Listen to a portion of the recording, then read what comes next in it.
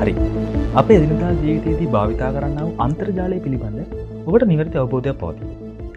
ඇත්තරම අපි අන්තර්ජාලය කියන්නේ අපට පෙනෙන්න තියෙන අන්තර්ජාලය විතරමද? අන්තර්ජාලයේ පවතිනා වූ අඳුරු පැතිකඩ පිළිබඳ ඔබගේ අදහස මොකක්ද? හරි. අද අපි කතා කරමු අන්තර්ජාලයේ පවතිනා වූ ප්‍රධාන කොටස් තුනක් වන surface web, deep web හා dark web කියන්නේ මොකක්ද කියලා. අපි කතා කරමු surface web කියන්නේ මොකක්ද කියලා. සාමාන්‍යයෙන් අපි එදිනදා ජීවිතයේදී වැඩි වශයෙන්ම භාවිතා කරන්නේ මෙන්න මේ surface web කියන කොටස. සාමාන්‍යයෙන් මේක සමස්ත අන්තර්ජාලයෙන් 4-6ක් වගේ ඉතා කුඩා ප්‍රතිශතය තමයි අන්තර්ගත වෙන්නේ. සාමාන්‍ය වෙබ් බ්‍රවුසරයක් භාවිතා කරලා මෙන්න මේකේ තියෙන කොටස් අපට නිරීක්ෂණය කිරීමේ හැකියාව පවතිනවා. හරි. මම හිතනවා සර්විස් වෙබ් කියන්නේ මොකක්ද කියලා IT එකක් එන්නට කියලා. සරලවම සර්විස් වෙබ් කියන්නේ අපට වෙබ් බ්‍රවුසරයක් භාවිතා කරලා අන්තර්ජාලයේ තියෙන කොටස් නිරීක්ෂණය කරන්න පුළුවන් කොටස් ටික. හරි. අපි ඊළඟට බලමු මොකද්ද මේ ඩීප් වෙබ් කියන්නේ කියලා. සාමාන්‍ය වෙබ් බ්‍රවුසරයක් භාවිතා කරලා අපට ලබා ගැනීමට නොහැකි අන්තර්ජාලයේ පවතිනා වූ තොරතුරු අපි කියනවා මෙන්න මේ ඩීප් වෙබ් ගණයට අයත් වෙනවා කියලා. උදාහරණයක් ගත්තොත් පුද්ගලයෙකු සතුවන්නා වූ emails, bank details, research papers ආදිය ඩීප් වෙබ් එක තුළ තමයි අන්තර්ගත වෙන්නේ. ඒ කියන්නේ තවත් කෙනෙකුට සර්ච් එන්ජින් එක සර්ච් කරලා මෙන්න මේකේ තියෙන තොරතුරු අපිට ලබා ගැනීමට හැකියාවක්, අවස්ථාවක් උදා වෙන්නේ නැහැ. හරි.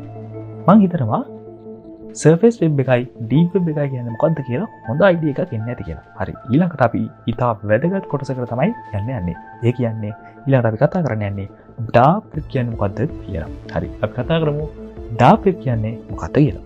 හරි. අපි කතා කරමු අන්තර්ජාලය තුළ පවතිනා වූ අඳුරු පැතිකඩ හේවත් dark web කියන්නේ මොකක්ද කියලා. dark web එක කියන්නේ deep web එක තුළ පවතිනා වූ ඉතා කුඩා කොටසක්.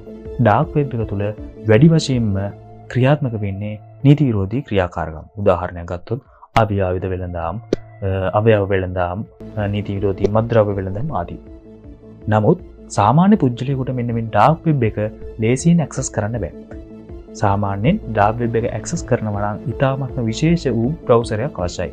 උදාහරණයක් විදිහට Tor browser එක අපිට දක්වන්න පුළුවන්. සාමාන්‍යයෙන් dark web එක layers විදිහට තමයි පවතින්නේ. ඒ කියන්නේ ලුණු ගෙඩියක පවතිනා වූ layers විදිහට තමයි මෙන්න මේ dark web එකත් ක්‍රියාත්මක වෙන්නේ. ඒ කියන්නේ තවත් කෙනෙකුට අපගේ අනන්‍යතාවය හොයාගන්න මෙන්න මේ dark web එක තුලදී බෑ.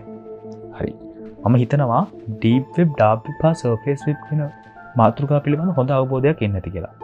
හරි පුතේ. අන්තර්ජාලය භාවිතා කරද්දී එහි යහපත් පැත්තත් මෙන්න අයහපත් පැත්තකුත් අන්තර්ගත වෙනවා. ඉතින් යහපත් පැත්ත විතරක් භාවිතා කරලා අයහපත් පැත්ත බැහැර කිරීම අපි වග බලා ගන්න ඕනේ. ඉතින් අද වීඩියෝ එකෙන් ඔයාලා ඉගෙන ගත්තේ මොනවද කියලා පල්ලෙහින් කමෙන්ට් එකක් දාන්න. මේ වගේ ලස්සන වීඩියෝ එකකින් අපි තවත් දවසක හම්බෙමු. එහෙනම් ඔයාලට ජය වේවා.